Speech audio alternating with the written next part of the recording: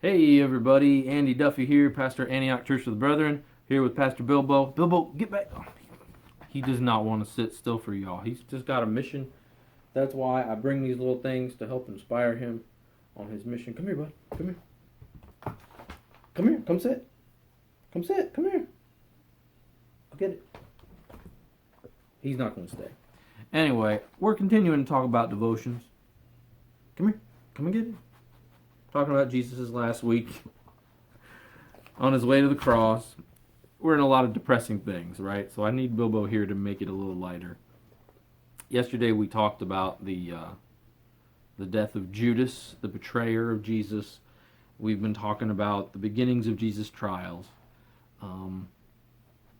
Today we get to the bigger trials. We're getting to the secular ones, and we're going to just look at passages from Luke and John and their Gospels. Tomorrow, I think we'll look at the actual sentencing and the picture from all four of them.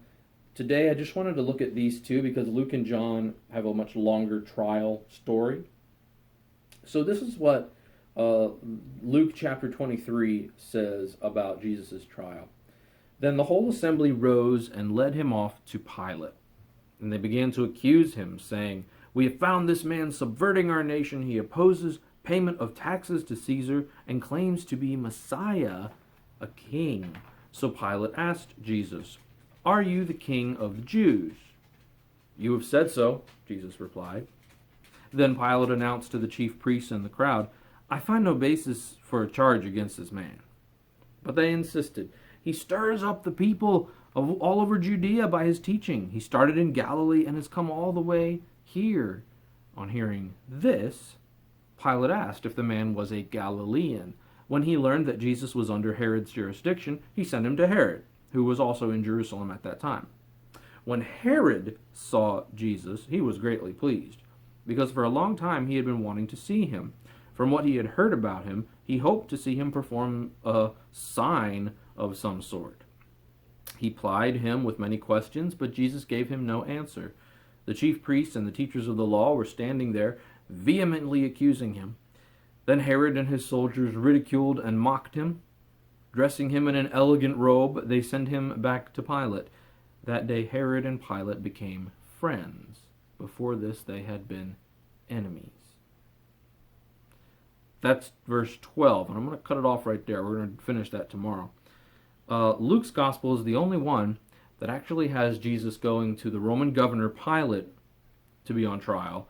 Then Pilate sends him to Herod Antipas, who technically had authority over people from Galilee, a different province, which is where Jesus was from.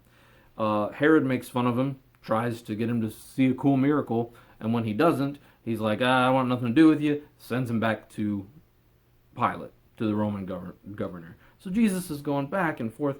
And if you remember from a few days ago, we talked about how Jesus is already so tired, worn out. He'd been crying blood a few nights ago, actually just last night. He's being thrown into all these different hoops all at once. Bilbo is made to be put through all these hoops just to get a little treat. Come here, Bilbo. Come here. Come sit. Come sit. You won't do it. I will. So, also note that the crime that Jesus is more or less charged with. Would you just sit? Will you sit? Thank you. Is this question, are you king of the Jews?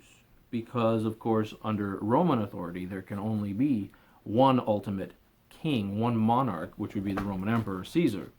And that's Pilate's job to enforce this ultimate rule. Bilbo, I got no more. You're getting greedy. Man. So Jesus doesn't really answer Pilate's question when he asks him if he's king. Hey, all done, man, all done. But he'd really like to get Jesus out of his way. This seems like a religious matter. Pilate's not interested in any of that. Sends him to Herod. Herod doesn't get an answer he particularly likes. Sends him back to Pilate. Meanwhile, the religious leaders, the ones who really want Jesus to die and get out of their hair, just keep bringing this up, keep hurling accusations, none of which can be founded. I want to read for you John's account, and you can compare the two. This is John 18. Then the Jewish leaders took Jesus from Caiaphas to the palace of the Roman governor. By now it was early morning, and to avoid ceremonial uncleanness, they did not enter the palace, because they wanted to be able to eat the Passover. So Pilate came out to them and asked, "What charges are you bringing against this man?" "If he were not a criminal," they replied, "we would not have handed him over to you." Pilate said, "Take him yourselves and judge him by your own law." "But we have no right to execute anyone," they objected. This took place to fulfill what Jesus had said about the kind of death he was going to die. Pilate then went back inside the palace, summoned Jesus, and asked him, "Are you the king of the Jews?" "Is that your own idea?" Jesus asked, "or did others talk to you about me?" "Am I a Jew?" Pilate replied. "Your own people and chief priests handed you over to me. What is it you have done?"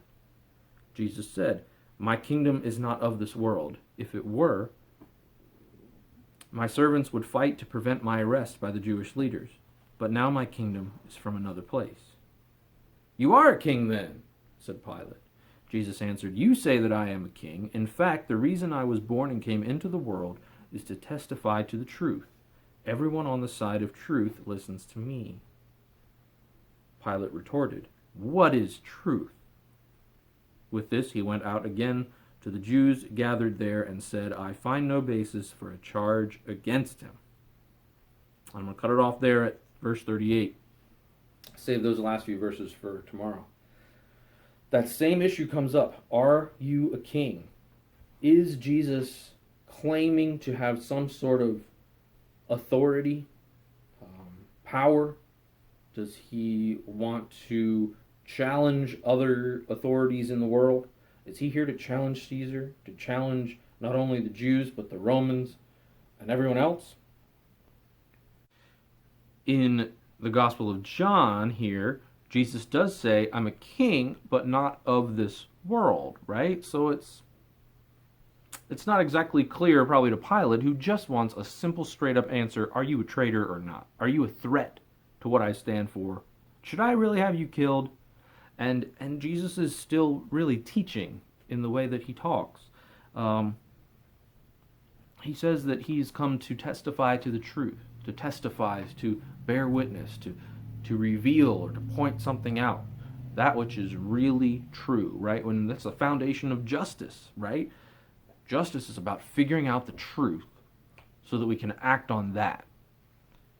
Jesus is on trial. Trials are all about finding out the truth. When the judge of the trial has to ask, what is truth anyway? That's not a good sign, right? Jesus is not in good hands in this justice system. And of course, there are lots of people throughout history, and even today, who would say, our justice system really isn't that much better anyway. We still can't agree. What is true? What is trustworthy? What is authoritative? Tomorrow we'll find out that there is certainly a lot of politics and other issues at play that wind up getting Jesus on the cross. And it's not people's quest for truth. It's more people's quest to make people happy, the people that they feel responsible for. But today you can just think about the question, who's king of your life? Who has the authority? Is it Jesus? Is it truth? Or is it some other authority that we give our allegiance to? Do we look for the truth, or do we settle for the little stories and myths, lies, we might say, that we say to keep ourselves happy and keep others happy? Jesus is in a hard time right now, and of course we are as well. Pray that everyone is being healthy and safe, and I encourage some interaction, so comment away, send me a note, let me know who out there is watching these. I hope you're doing all right. Jesus is Lord. Jesus is King. Let's seek him as King of our lives.